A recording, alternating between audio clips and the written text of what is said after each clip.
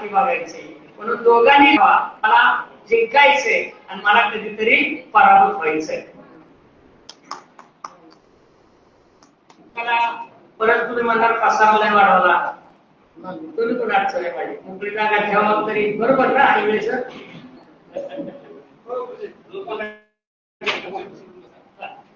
थोडासा बदल करूया. मोठ्या गटाला प्राधान्य.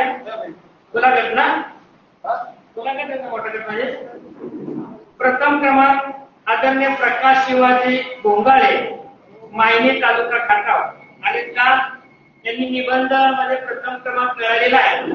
मायनी तालुका खटावचे एक सहपरिवार आले आहे आणि बाप कसा असावा तर मुलांना घेऊन यावं आणि बापाला कळावं मुलांना कुठे घेऊन जावं, त्याला म्हणावं बाप. धन्यवाद. बक्षीस बक्षीस घ्या.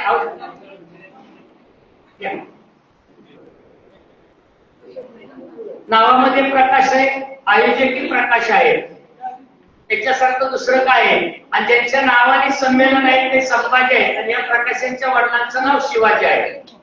किती मोठा कारभार चांगला. चला या समोरून घ्या.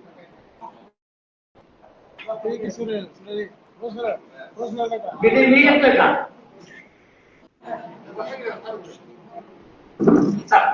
पुढं दुसरा क्रमांक मिळाला आहे राकेश संपत चौधरी, लोणी जिल्हा चंद्रपूर. चांदा ते बांधा असू द्या, त्यांना आपण कोच करू. विभागून द्वितीय क्रमांक मिळाला आहे सौभाग्यवती हेमलता गुंजवतेताई. त्यांचं जोरात टाळ्यांमधून स्वागत करूया. सामाजिक कार्यामध्ये सूत्रसंचालनामध्ये अग्रेसर असणाऱ्या या ताई आहेत. गुणवंत अशा त्यांच्याकडे बरेच असे उपक्रम आहेत. चला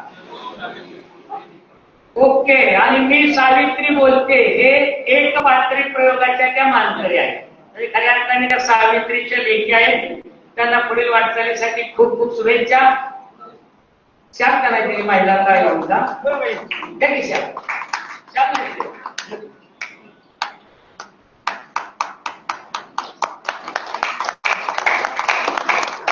धन्यवाद. त्यानंतर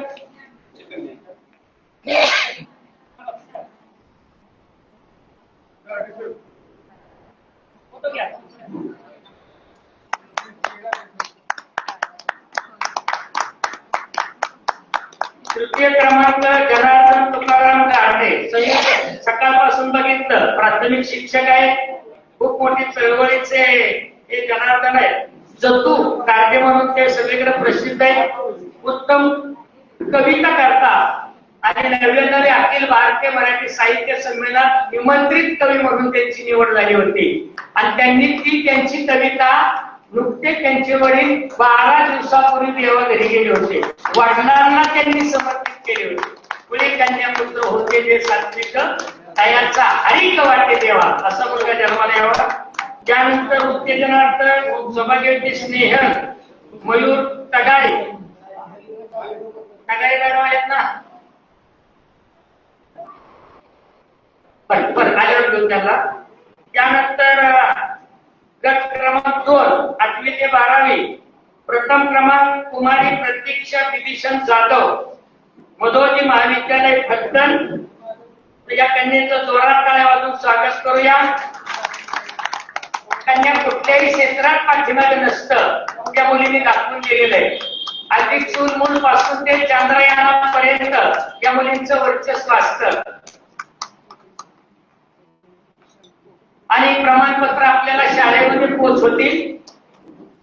तृतीय क्रमांक अर्णव विकास नानवरे, यशवंतराव चव्हाण हायस्कूल फलटण.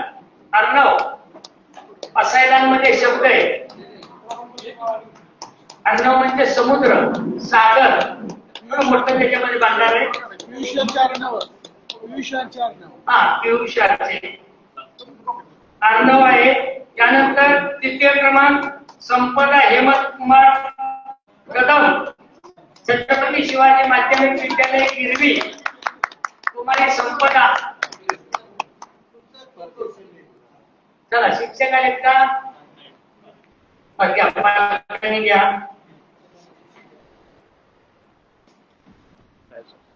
जोरात काय वाजवूया. भोजन झाल्यामुळे थोडीशी वामकुक्षीची वेळ आपल्या काळाने घालूया. कुमारी संजीवनी संदीप शिंदे, वाजेगाव निंबळ. आली का? शाळेचं नाव काय?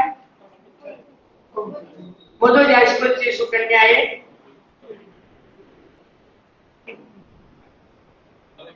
मधुजी महाविद्यालय कॉलेजची ती सुकन्या आहे. त्यानंतर आता ज्यांचं नुकतंच आगमन झालेलं आहे आणि ज्यांना उत्तेजनाचं बक्षीस मिळाले त्या स्नेहल मयूर तगारे, स्नेहलताईंचं अभिनंदन. मुलगा 10वीला आहे आणि इंग्रजीचा पेपर होता. आई फक्त संमेलनास्थळी उपस्थित होत्या शरीराने, पण मनाने त्या मुलाच्या जवळ होत्या आणि बरोबर पेपर सुटला की त्या गेल्या मुलाला घेऊन आल्या आणि पुन्हा इकडे आल्या. आधी कर्तव्य नंतर साहित्य, हेच खरं साहित्य असतं.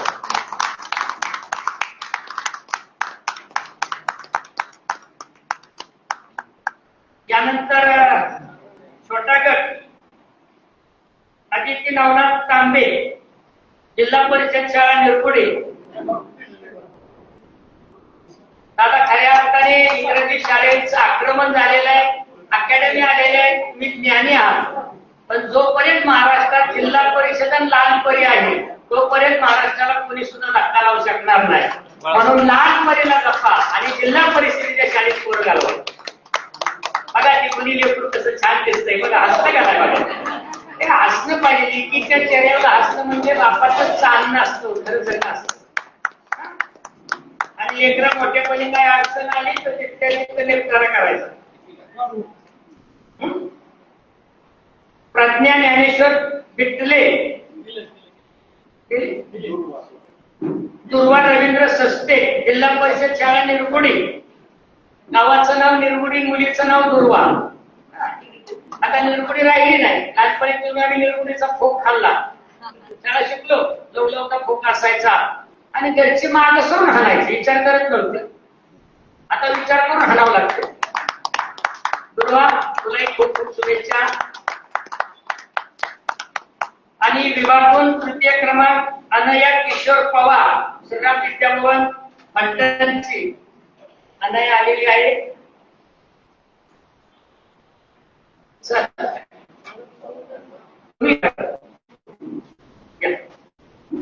असते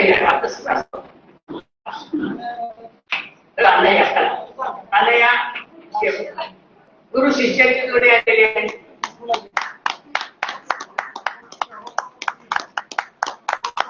आणि उत्तेजनार्थ प्रांजल ज्ञानेश्वर जाधव, श्रीमती सुगुणा माता विद्यालय दालवडीची कन्या आहे. चल बाळा या, पालक आई आहेत का? या मोबाईल द्या परत.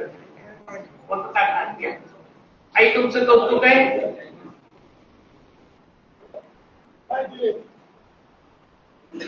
मोठ्या प्रांजल मनाने त्या प्रांजलचा सत्कार स्वीकारायला येतात. त्याला मोठं मन लागतं. सर्व विद्यार्थ्यांना खूप खूप अभिनंदन. पुढील वाटचालीसाठी शुभेच्छा. आणि लेकरांनो एवढ्या बक्षिसावर न थांबता आता पुढच्या टप्प्याकडे जावा. आणि पुढचे निबंध असतील, वक्तृत्व असेल, कथाकथन असेल, प्रवचन असेल, कीर्तन असेल, भारुड असेल, कुठल्याही क्षेत्रामध्ये जा आणि स्वतःला कधी कमी समजू नका. त्यानंतर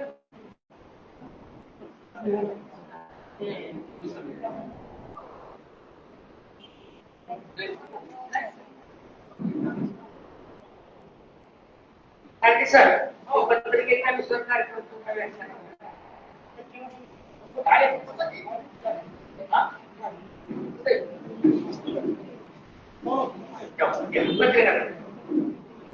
या ठिकाणी नियोजित कार्यक्रम व्याख्यानाचा या ठिकाणी कार्यक्रम होणार आहे. आणि मी त्या व्याख्यात्यांना बोलवतो. आदरणीय राजेंद्र घाडगे सर, सातारा, इतिहास संशोधन म्हणून त्यांची ओळख आहे. त्याच्यासाठी आपण जोरात टाळ्या वाजवूया. आणि विषय आहे स्वराज्य संकल्पक श्रीमंत शहाजीराजे आपल्या दिवाळीचा नावडीचा विषय आहे. सर्वप्रथम मी संमेलनाध्यक्षांना विनंती करतो की त्यांनी आदरणीय राजेंद्र गाडगे सर यांचा सत्कार करावा. चला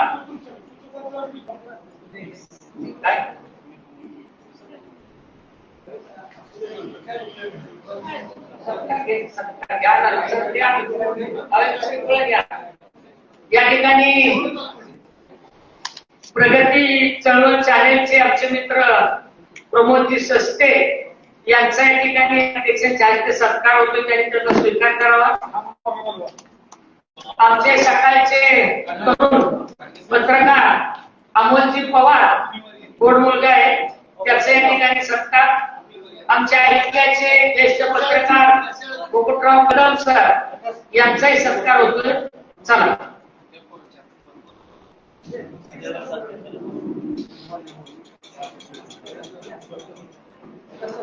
प्रमाणपत्र मिळालं तिचं कन्याचं द्या.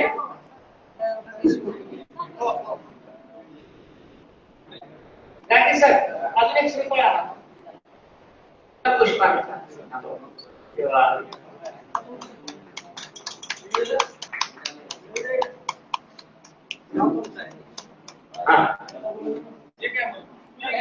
आपला हा सर्व संमेलनाचा लाईव्ह कार्यक्रम चाललेला आहे.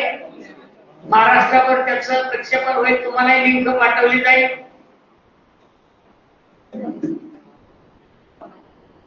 कदम सरांचा या ठिकाणी सत्कार होतोय आणि त्यानंतर आजचे व्याख्याते राजेंद्र गाडगे सरांना विनंती करतो की त्यांनी आपल्या विषयाला सुरुवात करू.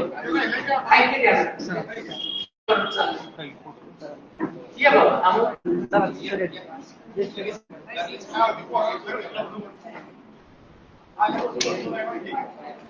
पुस्तकांपासून त्याची धडपड चालू आहे.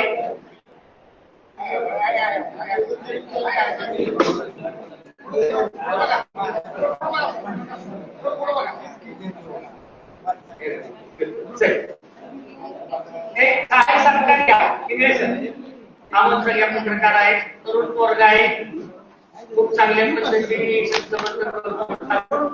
आणि या कार्यक्रमाचे अध्यक्ष विलासराव शिंदे मार्गदर्शक विश्व आहेत का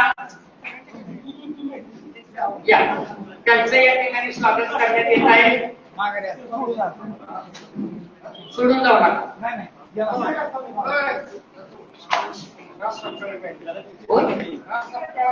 आदरणीय राम सपकाळ सामाजिक कार्यकर्ते त्यांचा या ठिकाणी सत्कार होत आहे.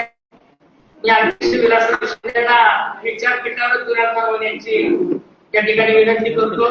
सत्कार घ्या आणि स्वराज्य संकल्प श्रीमंत शहाजीराजे हे विचार मांडण्यासाठी मी विचारपीठावर राजेंद्र गाडगे सरांना विनंती करतो. अगदी त्यांनी मोजक्या शब्दामध्ये हा विषय मांडावा. धन्यवाद.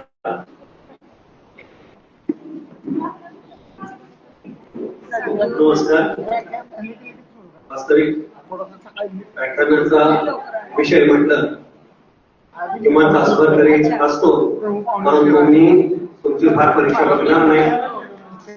थोडक्यात आपल्याला भारताची परीक्षा हे समजतं. सन्माननीय व्यासपीठ आणि संयोजक सर्व पदाधिकारी आपण मला संधी दिली त्याबद्दल सर्वप्रथम आपण सर्वांचे धन्यवाद देतो. स्वराज्य संकल्पक शहाजीराजे, स्वराज्याची संकल्पना त्यांच्या वेदनेतून जन्माला आली. त्या मौलीला सर्वप्रथम वंदन. माझ्या कविते तो काळच भयंकर होता, तो काळच भयंकर होता, पारतंत्री काळोख दिवसा ढवळे हैदोस घालीत होता. तो काळच भयंकर होता, पारतंत्री काळोख दिवसा ढवळे हैदोस घालीत होता. ज्याला आपलं म्हणावं तो सुद्धा माणुसकीचा गळा घोटत होता. ज्याला आपलं म्हणावं तो सुद्धा माणुसकीचा गळा घोटत होता. आणि परक्या संगे सगळा सोयराही हैवान झालेला होता. परक्या संगे सगळा सोयराही हैवान झालेला होता. अवघी भूमी नाशवंत झाली होती, अवघी भूमी नाशवंत झाली होती, घरदार जळत होती. अवघी भूमी नाशवंत झाली होती, घरदार होती आणि आया बहिणींच्या अब्रू वेशीवर टांगली जात होती. पण त्यात अशा वादात ही एकपंथी धीर गंभीरतेने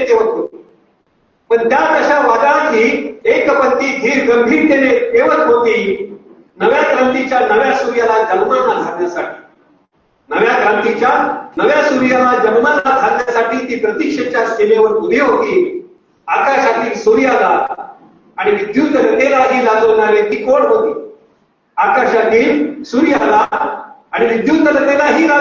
ती कोण होती? ती केवळ शोभाचीच नव्हे तर या राष्ट्राची माई जिजाऊ होती.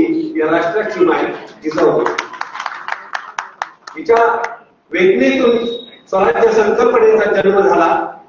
त्या मायमौलीला, या राष्ट्रमौलीला प्रथम वंदन. ही संकल्पना उचलून धरली आणि स्वराज्य स्थापन करण्यासाठी ज्यांनी स्वराज्याचा केवळ संकल्पच नव्हे तर पाया घातला, स्वतंत्र राज्य उभं करण्याचा त्यांनी 3दा प्रयत्न केला. ते शहाजीराजे भोसले. त्या मौलीनं जो सुपुत्र राष्ट्राला घडवून दिले ते वंदनीय छत्रपती शिवाजी महाराज आणि त्यांचे सुपुत्र छत्रपती संभाजीराजे. त्यांच्या नावानं आज साहित्य संमेलन घेऊन होते. मला प्रकाशरावांचं नक्कीच कौतुक करावं वाटेल. महाराष्ट्रातच नव्हे संपूर्ण भारतात छत्रपती संभाजी महाराजांच्या नावानं कुठेही साहित्य संमेलन भरत नसेल. मी एकमेव असेल. अनेकांना माहित असेल की संभाजी महाराज साहित्य होते 4 ग्रंथ लिहिलेले आहेत त्यांनी, लक्षात घ्या. आणि इतका सुसंस्कृत राजा हा जिजाऊने आपल्याला दिलेला आहे. आता स्वराज्याचे संकल्प शहाजीराजे हा माझा विषय आहे. तो मी मांडतो, सुरुवात करतो. काय होती जिजाऊंची वेदना, इतिहास वगैरे मी सगळं सांगत बसत नाही. परंतु शहाजीराजांनी ती संकल्पना उचलून धरली. ती जेव्हा जिजाऊंच्या वडिलांची, भावांची आणि 10 वर्षाच्या भाच्याची हत्या झालेली जिजाऊंच्या दरबारात, त्यावेळी जिजाऊने आक्रोश केला, टाहो फोडला आणि शहाजीराजांना प्रश्न विचारला की राजे, काय पराक्रम तुमचा कामाचा? ती भूमी आपली आहे, हे राष्ट्र आपलं आहे, पण सत्ता मात्र इथं परकीयांची आहे. तुमचा पराक्रम तुम्ही गाजवताय तो सुद्धा परकीयांसाठी गाजवताय. आणि रक्त सांगते कुणासाठी? ह्या सैतानांसाठी आणि मोदाटांसाठी. मग जगायचं कशाला आणि मरायचं तरी कशाला? जर आपल्या देशासाठीच जगायचं असेल आणि मरायचं असेल तर मग आपलं इथं स्वतंत्र राज्य का स्थापन होत नाही, का उभं राहत नाही, का आपण प्रयत्न करत नाही? लक्षात घ्या, जिजाऊंच्या टाहोतून हे प्रश्न पडलेले आहेत, आक्रोशातून ह्या वेदना बाहेर पडलेल्या आहेत. आणि जिजाऊंचा ह्या वेदना हा टाहो तिच्या गर्भात असलेला एक सुपुत्र होता हे जिजाऊंना माहित नव्हतं. तो नंतर जन्माला आला, पण तो घराचा जीव ऐकत होता. हा धर्मसंस्कार होता. लक्षात घ्या, जिजाऊंची अगोदर 5 बाळंतपणं झालेली होती.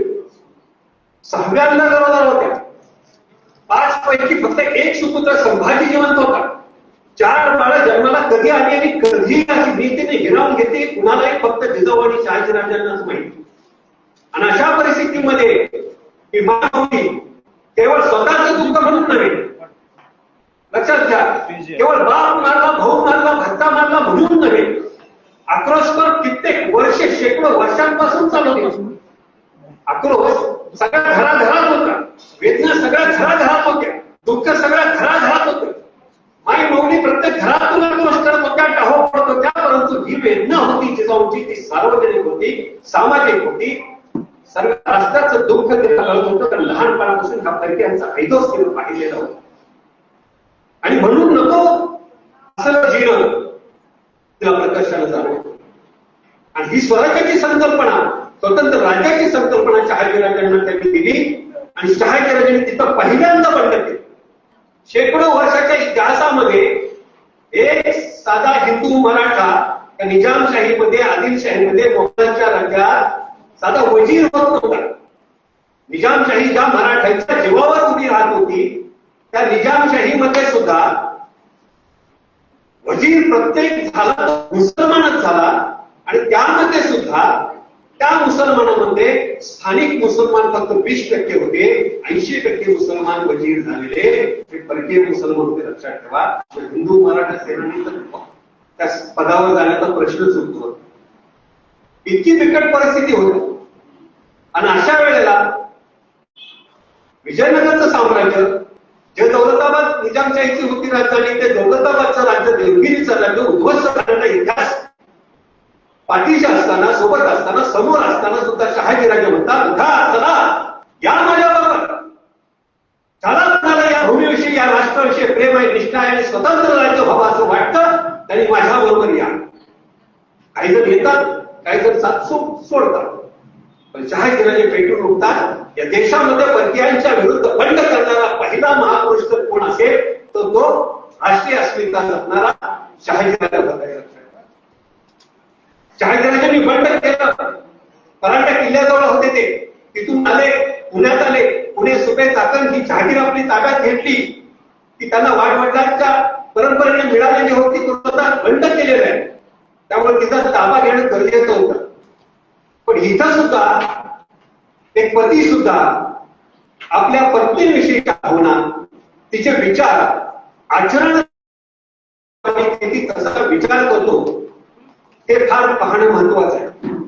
शहाजीराजांनी जिजाऊंचा विचार ऐकलेला होता स्वतंत्र राज्याचा, आणि जी जिजाऊ एक मान्यतार विचार देते, राष्ट्रीय विचार देते, स्वतंत्र राज्याची अस्मिता जागृत करते, ती जिजाऊ जगली पाहिजे, तिचा विचार जगला पाहिजे. आतापर्यंत तिची चाल बाळंतपणा फेल गेले, म्हणजे ते बिचारे जीव जगलेच नाही. आता जिजाऊ जगली पाहिजे, तिच्या आतला गर्भातला जीव जगला पाहिजे, कारण तिनं दिलेला राष्ट्रीयत्वाचा विचार जगला पाहिजे. हा विचार शहाजीराजांनी केला आणि राज्यापेक्षा पहिल्यांदा पत्नी आणि संसार, हा प्रचंड संसार उभा करायचा स्वतंत्र राज्याच्या अनुषंगाने, तो उभा करण्यासाठी जिजाऊ पाहिजे हा विचार करून शहाजीराजांनी शिवनेरीवर नेलेला आहे जिजाऊंना. शिवनेरी हा किल्ला शहाजीराजांच्या वडिलांच्या ताब्यात होता, मालोजी राजांच्या. तो त्यांना निजामाला दिलेला होता बक्षीस म्हणून, कुटुंब कबिल्याच्या सुरक्षितेसाठी. तिथं शहाजीराजांच्या भावाची सासूपडी होती, चरित्जी राजांची. ते भातोडीच्या लढाईत मारले गेले होते. सगळा कुटुंब कबिला धुवून आले, पुण्यात आले आणि शहाजीराजांना कळलं हा सपाटीचा प्रदेश आहे, तिथं शत्रूचा हमला लवकर होण्याची शक्यता आहे, आपलं कुटुंब तरी सुरक्षित वाचलं पाहिजे, राहिलं पाहिजे, म्हणून त्यांनी शिवनेरीवर गेले. आणि शिवनेरीवर गेल्यानंतर त्यांनी तिथं जिजाऊंना सुरक्षित ठेवलेलं. आणि तिथून पुढे मग शहाजीराजे सुरुवातीला मोगलांच्याकडे गेले, परंतु मोगलांनी निजामशाहीवर हल्ला केलेला होता. हल्ला करण्यासाठी शहाजहान हा तुमचा औरंगजेबाचा बाप तो चालून आलेला होता. आणि तो चालून आल्यानंतर निजामशाही बुडणार हे निश्चित होतं. आता काय होतं, राजधानी ताब्यात घेतली की राज्य बुडणार, सगळे घाबरणार, असा एक विचार प्रत्येक शत्रूच्या मनात असायचा. आणि शहाजहान त्यामुळं दौलताबाद किल्ला पहिल्यांदा जिंकला आणि त्या दौलताबादेवर स्वतःच्या मुघलांचा झेंडा लावला आणि तो दिल्लीला गेला. इथं शहाजीराजांनी दुसऱ्यांदा बंड केलेला आहे. तिथं शहाजीराजे पुन्हा पेटून उठतात आणि मराठा सरकारांना जागृत करतात आणि ते सांगतात, अरे एक दौलताबाद किल्ला पडला म्हणून काय झालं, 84 किल्ले अजून ताब्यात आहेत आपल्या. म्हणजे जे निजामशाहीच्या अनुषंगानं राज्य होतं ते सगळं काही मोगलांनी व्यापलेलं नव्हतं, ताब्यात घेतलेलं नव्हतं. तो प्रदेश आपला आहे, ती भूमी आपली आहे, तिथले परगणे आपले आहेत, तिथली रयत आपली आहे महत्वाची. ती रयत सुद्धा जगली पाहिजे आणि ती सुरक्षित राहिली पाहिजे. तर रयत असेल, प्रजा सुरक्षित असेल तर राज्य सुरक्षित राहत. आणि म्हणून शहाजीराजांनी पुनरावाहन केलं आणि अनेक मराठा सरदार जे शेकडो वर्षात कधी एकत्र आलेले नव्हते, त्या मराठ्याच्यात कधी एकीच होत नव्हती. मराठा हा एक संज्ञा आहे, ती जातीवाचक घेऊ नका. 18 पगड जातीचे लोक त्या होते, सरदार म्हणून पण होते, सैनिक म्हणून पण होते. इतकंच नाही तर शहाजीराजांच्या सैन्यामध्ये निजामशाहीतनं माघार घेऊन आलेले मुसलमान सुद्धा सेनानी होते, लक्षात घ्या. आणि त्या अनुषंगाने विचार केला तर हे बंड काही साधं सुद्धा नव्हतं, परंतु शहाजीराजांनी प्रति निजामशाहीच्या रूपानं दुसरं राज्य उभं केलं. भले दौलताबाद किल्ला ताब्यात आला नाही तरी बाकीचे 84 किल्ल्यावर आपण राज्य करू. आणि म्हणून निजामाचा तो शहाजहान त्यांचा वारस एका किल्ल्यावर 18 वर्षाचा मुलगा कैदेत ठेवलेला होता, त्याला बाहेर काढला, त्याला मांडीव घेतला आणि प्रति निजामाकडे राज्य स्थापन केलं. हे शहाजीराजांचं खूप मोठं कार्य आहे. लक्षात घ्या, मोगलांसारखा मोठा सम्राट निजामशाही आदिलशाही अशी सगळी शत्रू मोठे हा बलाढ्य असताना शहाजीराजे हे धाडस करतात ही सामान्य गोष्ट नाही. आणि त्यामुळे राष्ट्रीय ऐक्याचा राष्ट्रीय समतेचा विचार शहाजीराजांनी घालून दिलेला आहे की आपण एक झालो तर आपलं राज्य टिकणार आहे, राज्य वाढणार आहे. आणि एक नाही, दोन नाही, तब्बल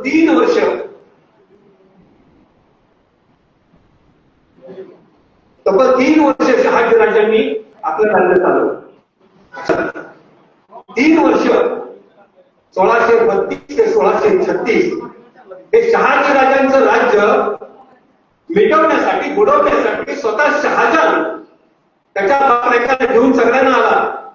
औरंगजेब होता, मिर्झा राजा होता, दिलेर खान होता, खवास खान होता, खमास खान होता, असे नामांकित सरदार सैन्य घेऊन आला 15-16 हजाराचं. आणि शहाजीराजे त्याच्याशी टक्कर देतात. शहाजीराजे त्यावेळेला आदिलशहाशी तह करतात. आदिलशहाला धमकी देतो शहाजहान की तुमचं पाच पक्षाकडून मांस काढून खारीला खायला घालून आदिलशहा सुद्धा डगमगतो. आणि या वेळेला शहाजीराजांचे हे मग मुघल आणि आदिलशाह एकत्र येतात आणि शहाजीराजांना लढायला त्यांच्या सामर्थ्याला धक्का द्यायला उभे राहतात. आणि ह्यांची एकी झाल्यानंतर मग मात्र शहाजीराजांना माघार घ्यावी लागते आणि इतर तह होतो आदिलशहामध्ये आणि मोगलांच्या मध्ये. या तहाच्या काही अटी आहेत त्या मी वेळेअभावी सांगत नाही, पण इथे एक महत्वाची अट आहे सांगतो. या तहाच्या वाटाघाटी झाल्या आणि हा मोगल बादशाह शहाजहान तो काय सांगतो आदिलशहाला की हे शहाजी भोसले आहे ना, या शहाजी त्याची भाषेवर कमी इतिहासातली भाषा आहे. त्या शहाजी भोसलेला कुठंतरी दूरवर कर्नाटकात ठेवा. म्हणजे इतका धसका या शहाजहान बादशाने घेतलाय जो अर्ध्या आशियावर राज्य करतोय. लक्षात घ्या, त्याला दूर कर्नाटकात कुठेतरी ठेवा, कारण हा पुन्हा दंगल करेल, पुन्हा लोभ करेल. आणि अशा वेळेला आदिलशहा आपला अब्दुल्ला खान नावाचा वजीर होता, त्याच्याकडे शहाजीराजांची बोलणी करतो. तेव्हा शहाजीराजे त्यांना ठणकावून सांगतात बादशाला की मी कर्नाटकात यायला तयार आहे, तुम्ही राज्य केलेलं आहे, मी एखाद्या बादशाप्रमाणे सिंहासनावर बसलेलं आहे. राजा म्हणता म्हणता लोक मला महाराज महाराजा म्हणू लागले. मी महसुलीचा प्रदेश ताब्यात घेतलेला आहे. किती? ते इंग्रजांनी पोर्तुगीजांनी लिहून ठेवलेलं आहे. 21 लाख होन. एक होन म्हणजे 4 रुपये. 2164 म्हणजे पाऊंड कोटीचा प्रदेश शहाजीराजांच्या ताब्यात होता प्रतिनिजामशाहीच्या वेळेला. आणि या वेळेला ते सांगतात की मी एक बादशाप्रमाणे राजाप्रमाणे सिंहासनावर बसलेला आहे, मी दरबार भरवलेला आहे, माझा एवढा महसूल आहे, मला चांगला मान सन्मान द्या कर्नाटकातील. आणि मग इतर शहाजीराजांची ती मान्य करतो गोष्ट ते अट आणि त्यांना फर्जंद नावाचा किताब देतो बादशाह. फर्जंद म्हणजे अर्ध्या राज्याचा अधिपती. लक्षात घ्या, राजपुत्र, राज्याचा वारसदार. म्हणजे वजीर तर अफजल खान वजीर आहे, माझी घोरपडे वजीर आहे, तुमचा अब्दुल्ला खान वजीर आहे, यांच्यापेक्षा मोठं पद फर्जंद शहाजीराजे भोसले हे आदिलशहाच्या पत्रातून उल्लेख आहे त्यांचा. लक्षात घ्या. आणि मग कर्नाटकात गेल्यानंतर शहाजीराजे स्वतंत्र राज्य उभं करतात. तो त्यांचा तिसरा प्रयत्न आहे, जो तिथंही यशस्वी झालेला आहे. तिथं इतका यशस्वी झालेला आहे की ज्यावेळी मी तहाची बोलणी सांगितली तुम्हाला आदिलशाह आणि मोगलांची, त्यावेळी एका अटीत मोगल त्याला 18 लाख खंडणी सांगतात भरायला. आणि शहाजीराजांनी एकाच युद्धात 18 लाख खंडणी वसूल केलेले आहे कर्नाटकात. असे तिथले अनेक हिंदू पाळेगार आणि मुस्लिम पाळेगार त्यांनी आपल्या कब्जाखाली आणले, अंमलाखाली आणले. त्यांचंही राज्य जिवंत ठेवलं, आदिलशाही जिवंत ठेवली आणि स्वतःचं अस्तित्व सुद्धा उभं केलं. हे मी सांगत नाही, पोर्तुगीजांनी घेऊन ठेवलेलं आहे. Doctor S.L. करंदीकर सुद्धा म्हणतात की शहाजी जागीर ही जागीर म्हणजे Shahaji jagir in Karnataka was his independent swarajya. Balkrishna सुद्धा लिहितात, अनेक इतिहासकारांनी लिहिलेलं आहे, डचांनी सुद्धा लिहिलेलं आहे, पोर्तुगीजांनी सुद्धा तिथली महसुलीचा आकडा लिहिलेला आहे. पोर्तुगीज तिथं सांगतात की शहाजीराजांनी 64 लाख तिकडं होऊन सांगितलं होतं आणि तिथं 64 लाख कोण इकडे 2184 लाख झालं निजामशाहीचं, पण 64 लाख कोण कर्नाटकातला महसूल आहे शहाजीराजा. तो पोर्तुगीजांनी लिहून ठेवलं. आणि हे सगळं साम्राज्य उभं केल्यानंतर मग शहाजीराजे शिवाजीराजांना बालशिवाला 7-8 वर्षाच्या जिजाऊंना कर्नाटकात बोलवलं. शहाजीराजांची बेळगावमध्ये राजधानी आहे.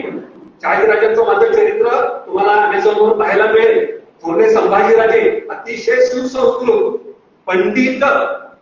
सगळ्यात मोठी गोष्ट तुम्हाला माहित असेल, या संभाजीराजांनी ज्या वेळेला त्या काळात स्त्रियांना फरफडत देत होते, ज्यांच्या अगोदर घाला घातला जात होता, त्यावेळेला या शहाजीराजांनी संभाजीराजांनी तिथं आपल्या स्त्रियांना शिकवलेलं. किती शिकवलं असेल? हे जयराम पेंडे, देवदत्त, परमानंद कवी हे जे प्रत्यक्ष शहाजीराजांच्या दरबारात होते, हयात होते, आणि ज्यांनी शिवभारत लिहिलं, शिवाजी महाराजांच्या सांगण्यावरून ते चरित्र साक्षीदार आहे. त्याने ते सगळं वैभव पाहिलेलं आहे, राजवैभव. ते सांगतात, तो देवदत्त कवी लिहितो की या संभाजी राजानं युवान स्त्रियांचा गौरव केला.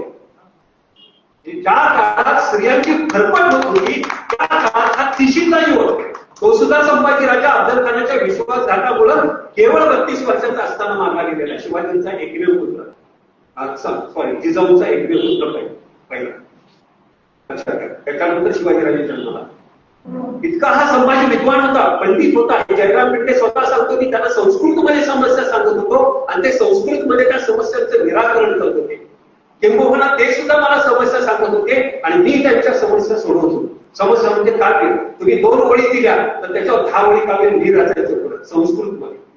एवढं पांडित्य. असा हा युवराज्याभिषेक योग म्हणजे राज्याभिषेकाचा योग्य होता. म्हणजेच बेंगलोरची राजधानी शहाजीराजांची किती प्रचंड मोठी होती हे लक्षात घ्या.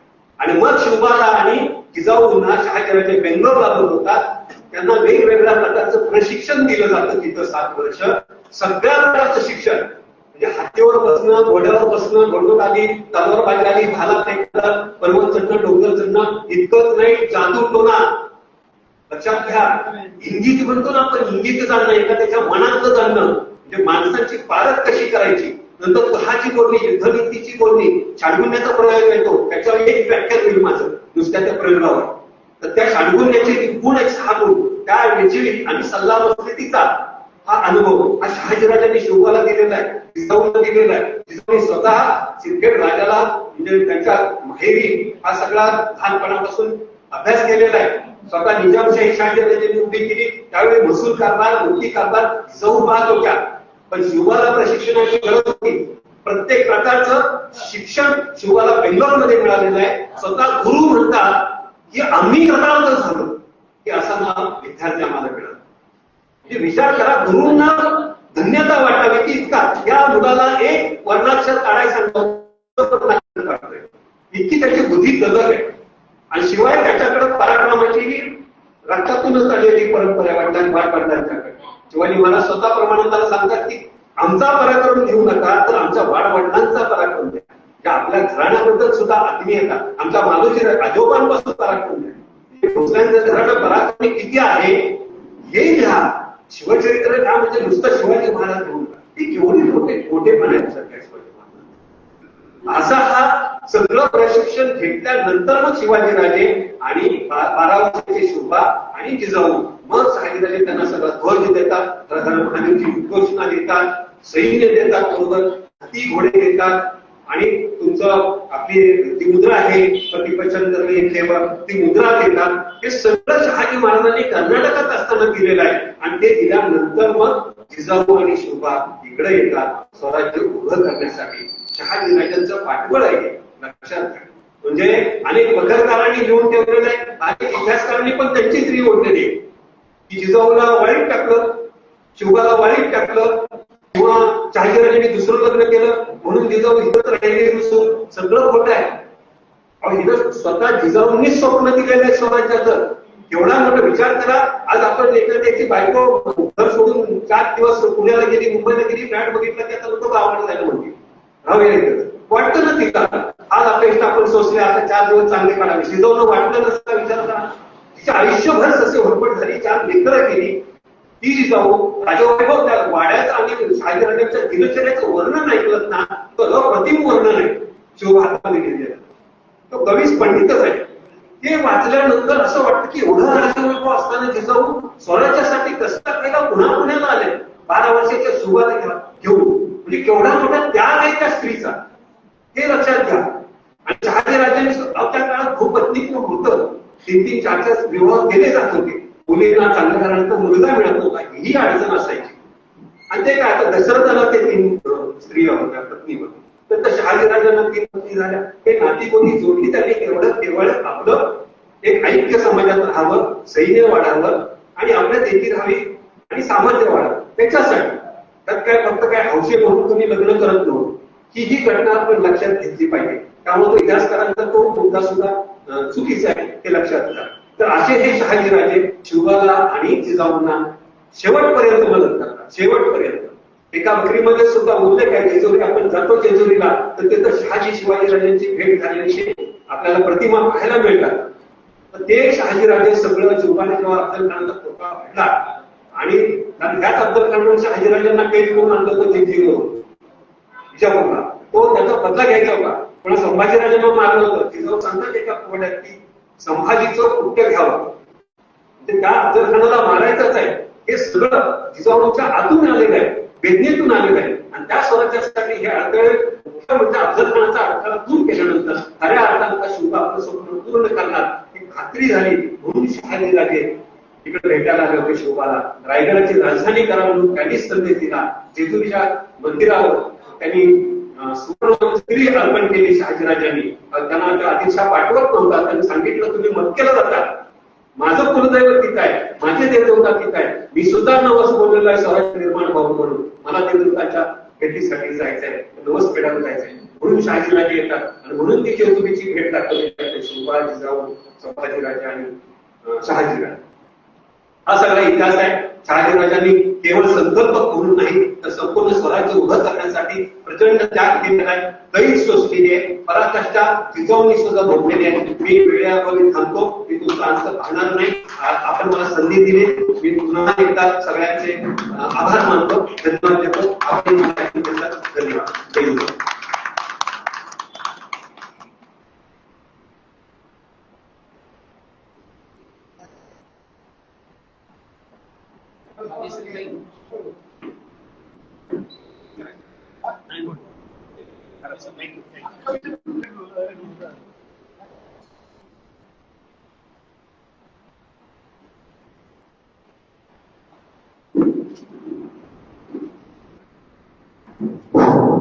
खर तर साहित्य संमेलन म्हणलं की सगळे त्याची कल्पना असते की मुलं का व्यक्त होणार. पण त्यावेळेचे जे अध्यक्ष म्हणजे लहान मार्गदर्शक पीए काकडे ते अशी संकल्पना केल्यावरती वाटली की आपण या वर्षीपासूनच काही चषक स्पर्धा घेऊ. कारण आपण त्या कवींना बोलवतो, सन्मान करतो, पण फारसा काही उपयोग होत नाही त्याला सुद्धा. कारण आपण त्यांना सगळं फुकट करत असतो आणि वरून त्याचं काय त्याच्यापेक्षा मला स्पर्धा ठेवू आपण आणि जे इच्छुक असतील ज्यांना सादर करायचीच आहे त्यांच्यासाठी आपण व्यासपीठ घेऊ. आणि गेल्या वर्षीपासून आपण धर्मवीर छत्रपती संभाजी महाराज चषक काव्य स्पर्धा करायला सुरुवात केली. त्यामध्ये आता बाकीचा म्हणजे त्यांना एक चषक आकर्षक रोख बक्षीस प्रमाणपत्र आणि सहभाग ट्रॉफी एवढं आपण ठेवलेलं. तर मी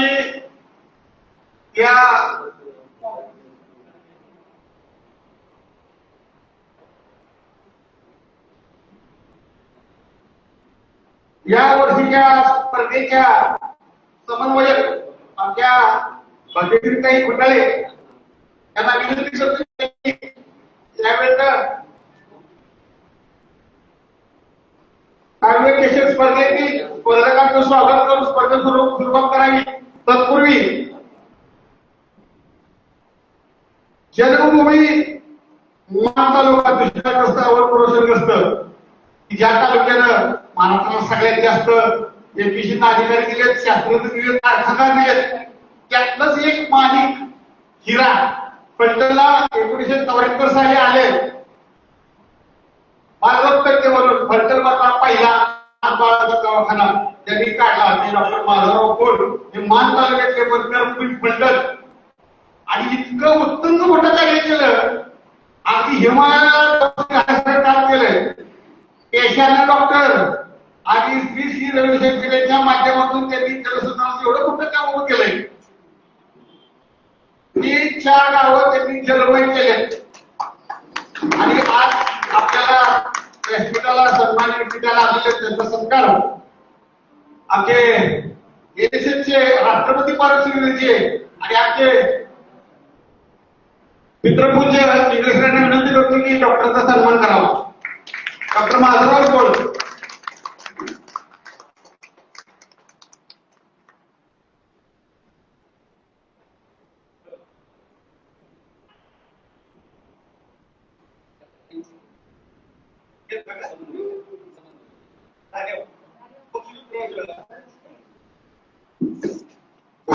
कृपया स्पर्धकांना एक विनंती आहे की आपलं कार्य सादर केल्यानंतर सगळ्यांना बरोबर प्रमाणपत्र ट्रॉफ्या सहभाग प्रमाणपत्र दिलं जाईल. गडबड कोणीही करू नये. मी विनंती करतो की त्यांनी सुरू करा.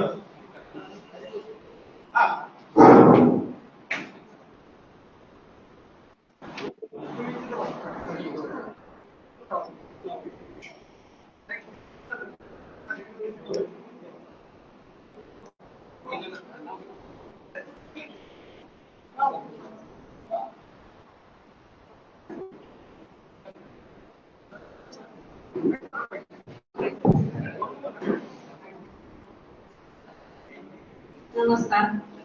मी भारतश्री घोटाळे. गर्दी नाही पण जमलेले सगळे गर्दी आहे हो ना.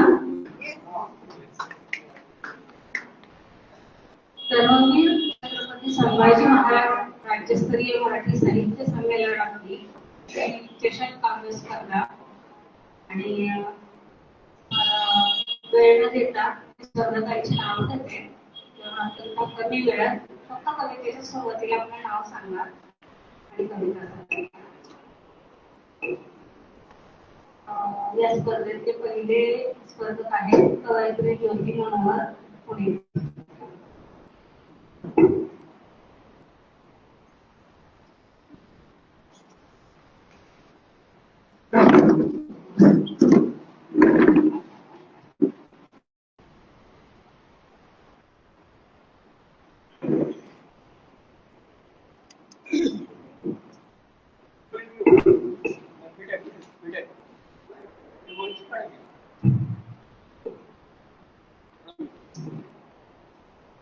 नमस्कार.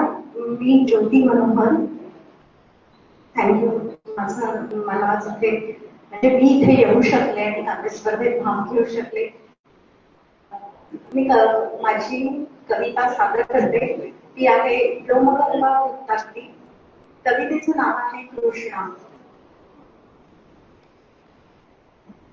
चांदवा धुंदावलेला चांदणीला असं आहे. चांदवा धुंदावलेला चांदणीला असं आहे.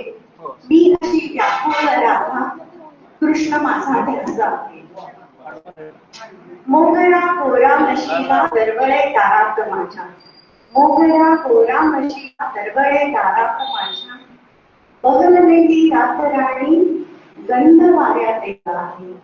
मी अशी व्याकुळ राधा कृष्ण माझा ध्यास आहे. लागता चाहूल सखया जीव हा सैराट झाला. लागता चाहूल सखया जीव हा सैराट झाला. कंचुकीची गाठ माझी काऊ का हैराण आहे. मी अशी व्याकुळ राधा कृष्ण माझा ध्यास आहे.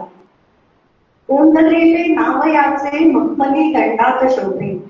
गोंधलेले नावयाचे मखमली दंडात शोभे. अधरस्पर्शाने तयाच्या बाकीही बेभान आहे. मी अशी व्याकुळ राधा कृष्ण माझा ध्यास आहे. केशसंभारातला हा सावरू गजरा कशाला. केशसंभारातला हा सावरू गजरा कशाला. प्रीत ही गंधीत आहे रात्री दैवात आहे. मी अशी व्याकुळ राधा कृष्ण माझा ध्यास आहे. काढते मी दृष्ट सखया काढते मी दृष्टराया लागते तुझं मत्सराची. काढते मी दृष्टराया लागते तुझं मत्सराची. घाबड्या माझ्या प्रथेची ज्योत या डोळ्यात आहे. चांदवा धुंदावलेला चांदणीला असं आहे. मी अशी व्याकुळ राधा कृष्ण माझा ध्यास आहे. धन्यवाद. धन्यवाद. खूप एका सुंदर आपली रचना. आणि याच्या पुढचे आपले कवी आहेत कवयित्री उज्ज्वला शिंदे.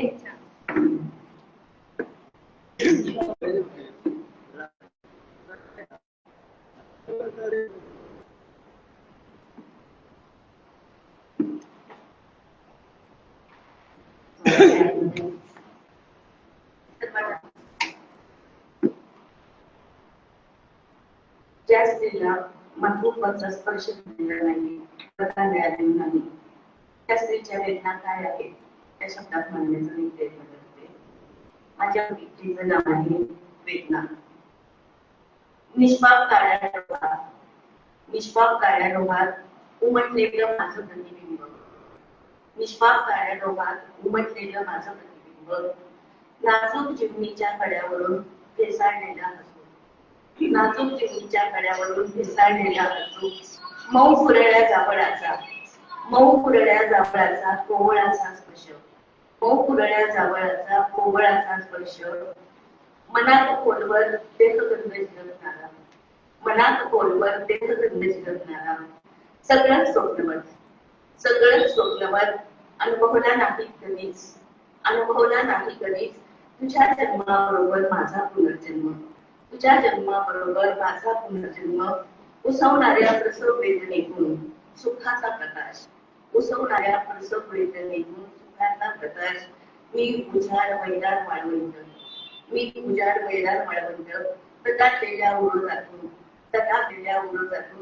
फुटलेल्या पाण्याची भूगजर, प्राण्याची भूगजर.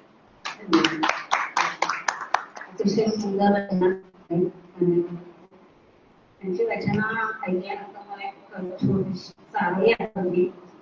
आसवंत डोहा स्तुडुंब होता भरला, आसवंत डोहा स्तुडुंब होता भरला, आठवणीच्या बाणाने नेह होता भरला, ओघळले ते गालावर मोकळे दिले सांडून, आणि रित्या झालेल्या डोळ्यात नवे स्वप्न बसले मांडून. कितीही आता सहन केल्या तरी पुन्हा स्वाभिमानाने उभे राहते. आणि आपल्या स्पर्धक आहेत संगीता मध्ये पडतात. मागच्या वर्षीच्या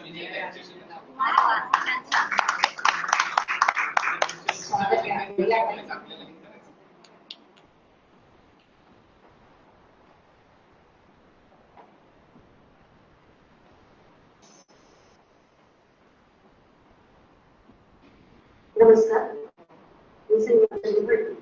माझ्या कवितेचे शीर्षक आहे माझी छावा. ही कविता मी छत्रपती संभाजी महाराज यांच्यावर केलेली आहे. पुरंदरावर शंभूच्या रूपाने शूरवीर जन्मला, पुरंदरावर शंभूच्या रूपाने शूरवीर जन्मला, महाराष्ट्र सारा पुन्हा एकदा गर्वाने आनंद. जिजाऊंचा लाटा शंभू शुभाचा छावा झाला, सह्याद्रीच्या कुशीमध्ये एक तेजस्वी सूर्य उगवला, जिजाऊंची संस्कार शोध, धाराऊची मायेची सावली, बळ बुद्धी आणि ज्ञानाचा महासागर तशी हाती तळपली तलवार, तशी लेखनी शोभली, तशी हाती तळपली तलवार, तशी लेखनी शोभली. संस्कृत साहित्य तोडली, रणांगणी ही बाजी मारली, रणांगणी उतरता हादरती आदिलशाही कुतुबशाही, रणांगणी उतरता हादरती आदिलशाही कुतुबशाही, पहिलीच झाली सिद्धी पोर्तुगीज मुघलशाही. मराठी मुळांतऱ्या छातीचा छावा 9 वर्षे अजय राहिली. महाराष्ट्राचा भगवा झेंडा डौलाने मग फडकत राहिली. घरभेदी पितुरीने ग्रासले स्वराज्याला, विषम परिस्थितीने जखडले चौकुटा. औरंग्यासाठी रणांगणी तो वाघाचा छावा गरजला, शिवाचा तो छावा मातीसाठी सदैव लढला. शौर्याचा तो निखरा नवागला न चुकला. आप्तसोफी यगनोजीने करुणी मुखरब खानाने डाव साधला. पुष्टांच्या कपटनीतीने शंभू राजा पिंजऱ्यात अडकला, शंभू राजा पिंजऱ्यात अडकला. साखरदाणे जखडले त्याला, साखरदाणे जखडले त्याला, ज्याने सिंहाचा दगडा फाडला, ज्याने सिंहाचा दगडा फाडला. सह्याद्रीवर ठाव बसला, रयतेचा राजा यवनांनी कोंडला, यवनांनी कोंडला. मुघलांच्या कैदेत शंभू राजा बंदी झाला, बुलंद रायगड हादरला. काळाचे पसरले सावट, आभाळ घाटले, वाराही थांबला. राजांची रयत झाली पोरती, रायगडाला हुक्का दाखला, रायगडाला हुक्का. नियतीने खेळ मांडला, सह्याद्रीत अंधार पसरला, सह्याद्रीत अंधार पसरला. धर्म बदलण्यासाठी क्रूरपणाची गाठी सीमा अवलंबली, धर्म बदलण्यासाठी क्रूरपणाची गाठी सीमा अवलंबली. भोगल्या अनंत मरण यातना माझ्या शंभू राजांनी, माझ्या शंभू राजांनी. शरीरावर अमर्याद घाव केले, हात छाटले, डोळे काढले, डोक करणे. फळशुचीची माती पवित्र झाली, शिवशंभूच्या रक्ताने, शिवशंभूच्या रक्ताने. सहन करून कठोर यातना धर्माची तू लाज राखली, सहन करून कठोर यातना धर्माची तू लाज राखली. तुझ्या दारी येण्यासाठी मृत्यूलाही भीती वाटली, मृत्यूलाही भीती वाटली. शंभू राजा तुझ्या बलिदानाने धर्मनिष्ठेची दिशे रुजली, धर्मनिष्ठेची दिशे रुजली. वाहिले रक्त या कर्मभूमीवर अवघी सृष्टी थरथरली, अवघी सृष्टी थरथरली. अमर धर्मवीर शंभू राजा शिवरायांचा तो छावा, कोटी कोटी वंदन करतो तव शौर्याला, तव शौर्याला. समोर मृत्यू जरी उभा ठाकला तरी न घाबरला, मृत्यूलाही न भिनाला. सह्याद्रीचा मृत्यूंजय छावा ठरला, मृत्यूंजय छावा ठरला. जय जिजाऊ, जय शिवराय, जय शंभूराज, जय महाराज.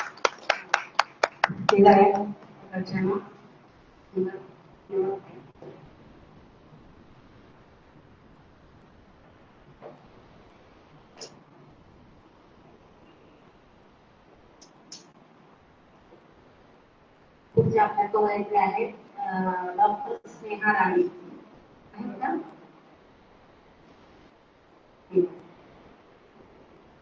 पुढचं नाव आहे कवयित्री भारती जगदाळे. आपलं सादर करा.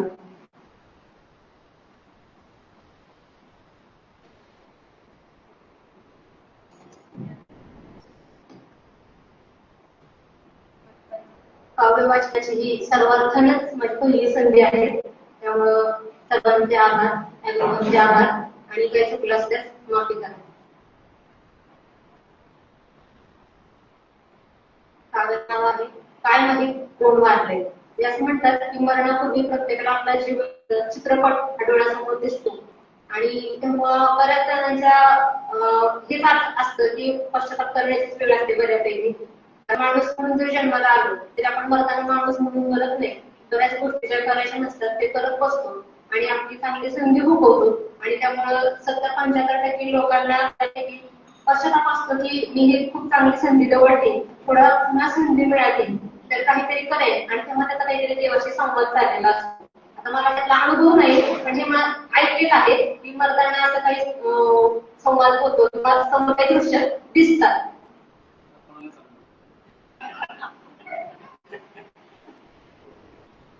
तुझ्या माझ्या भेटीत आता काही क्षणांचं अंतर उरले, तुझ्या माझ्या भेटीत आता काही क्षणांचं अंतर उरले. तुझं माझ्यासाठी आधीच श्वासांचं एक माप ठरले, तुझं माझ्यासाठी आधीच श्वासांचं एक माप ठरले.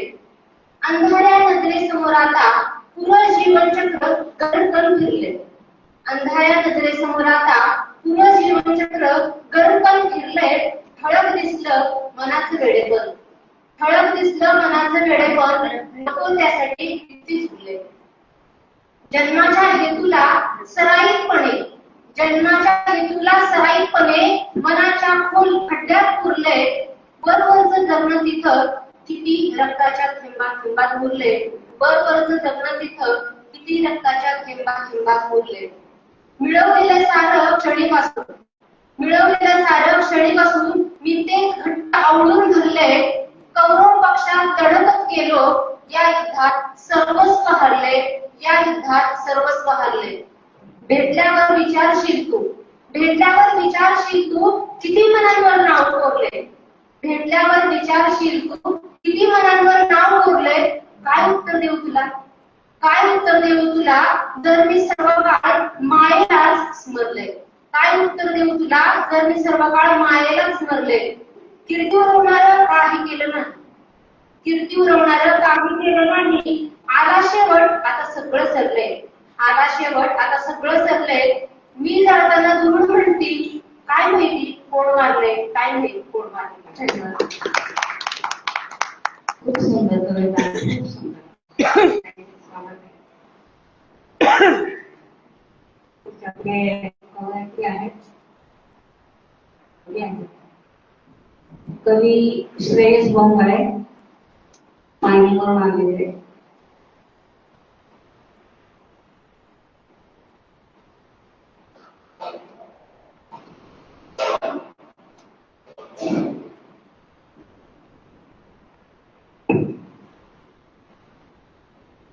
नमस्कार, माझे नाव श्रेयस प्रकाश बोंगाळे आहे. मी इयत्ता 7वी शिकतो आणि माझ्या शाळेचे नाव डिवाइन इंटरनॅशनल स्कूल आहे. माझ्या आजच्या कवितेचं शीर्षक आहे आई. भावनांचे वातावरण जेव्हा भरुनी, भावनांचे वातावरण जेव्हा भरुनी, जिव्हाळ्याने होते ओले चिंब, जिव्हाळ्याने होते ओले चिंब. माझ्या मनाच्या दर्पणात, माझ्या मनाच्या दर्पणात दिसते मज तुझे प्रतिबिंब, दिसते मज तुझे प्रतिबिंब. नको मज सप्तरंग इंद्रधनुष्याचे, नको मज सप्तरंग इंद्रधनुष्याचे. हवे तुझ्या मायेचे व संस्काराचे हार, हवे तुझ्या मायेचे व संस्काराचे हार. मात्र जगणे तुझ्या विना जणू, मात्र जगणे तुझ्या विना जणू. भरकटणे मायेच्या असीम सागरात, भरकटणे मायेच्या असीम सागरात. माहीत नाही मज की आयुष्यात किती आणि काय साध्य करेल, माहीत नाही मज की आयुष्यात किती आणि काय साध्य करेल. मात्र चरणावर तुझ्या माथा ठेवतास, मात्र चरणावर तुझ्या माथा ठेवतास. आयुष्यात नक्कीच समाधानी होईल, आयुष्यात नक्कीच समाधानी होईल. क्षणभंगुरता कधीच नाही भासली, क्षणभंगुरता कधीच नाही भासली. निस्वार्थ तुझ्या मायेची, निस्वार्थ तुझ्या मायेची. जर मला संधी मिळाली तर, जर मला संधी मिळाली तर हसत हसते तुझ्यासाठी आहुती माझ्या प्राणाची, हसत हसते तुझ्यासाठी आहुती माझ्या प्राणाची. प्रत्येक कवीची पहिली कवी ताळीवर असते. आपल्या पुढच्या कवितेच्या सादरीकरणासाठी येतात कवी रमेश कांबळे.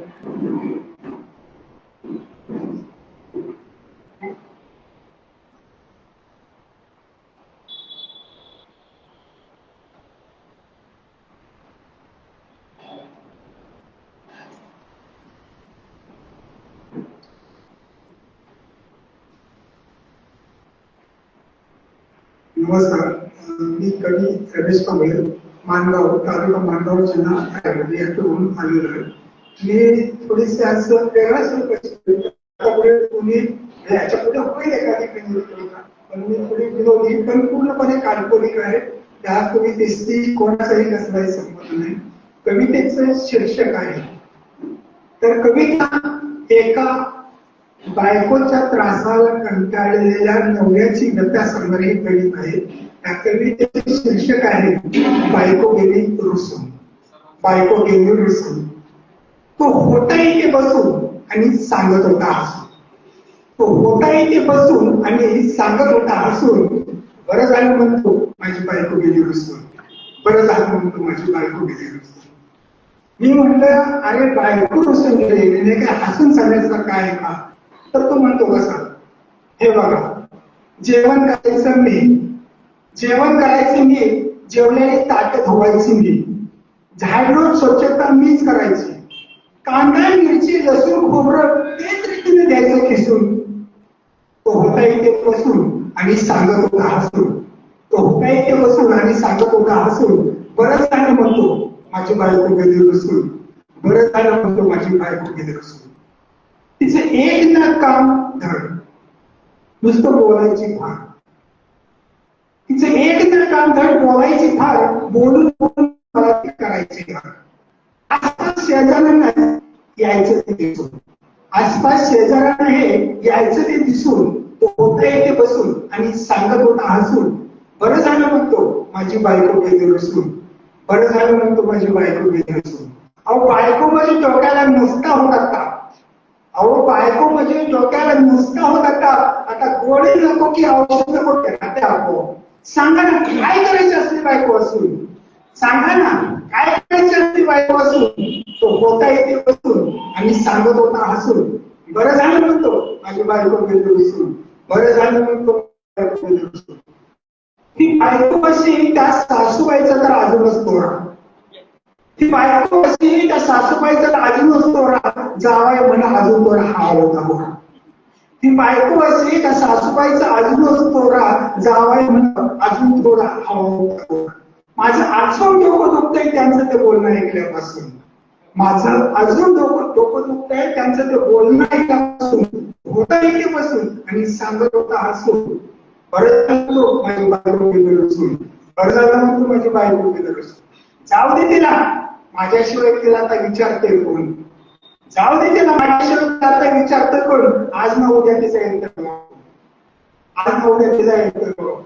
तू येऊच नको असंच तिला मी सांगतो मी ठासून, तू येऊच नको असंच तिला मी सांगतो ठासून, बसून आणि सांगत होता हसून, बरं झालं म्हणतो माझी बायको गेली रुसून, बरं झालं म्हणतो माझी बायको गेली रुसून, बरं झालं म्हणतो माझी बायको गेली रुसून. हे पण कविता लिहिली आहे बरं का, अशी नवऱ्यावर पुढच्या वेळेस अशी म्हणून दाखव.